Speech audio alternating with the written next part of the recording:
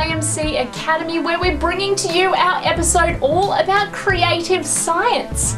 Right now I'm here because the creative industries have a lot of trade secrets and I'm determined to find some out. Ready to go, Dan?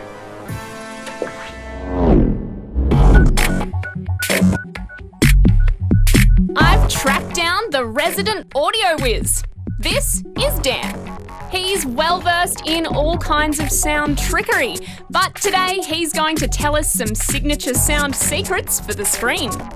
Okay, so Dan, you're a sound master. Can you explain what you do? Professionally, I make music and sound for computer games and TV and things like that. And today we've got like a range of things that would be classed as Foley.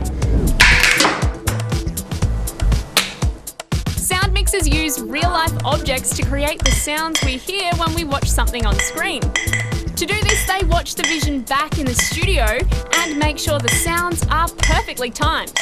So why do we need Foley? Why don't we just have all that sound from a scene already recorded? Well, generally when there's more of a focus on capturing dialogue and more critical sounds and obviously the visual and that sort of thing on set, and so a lot of the kind of atmospheric and sound effects don't get captured very well, especially when you've got microphones that can't get right in close to get all the detail and that sort of thing.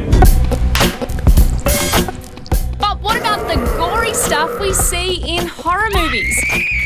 Are they actually breaking bones in the studio?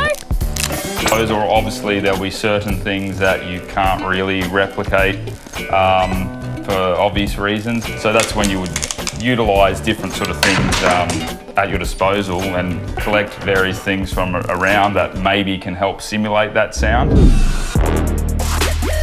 Well, now I'm inspired to make even more noises. Oh, that wasn't me though. That was a funny old sound effect. Definitely not me. Over to you, Dr. Joel.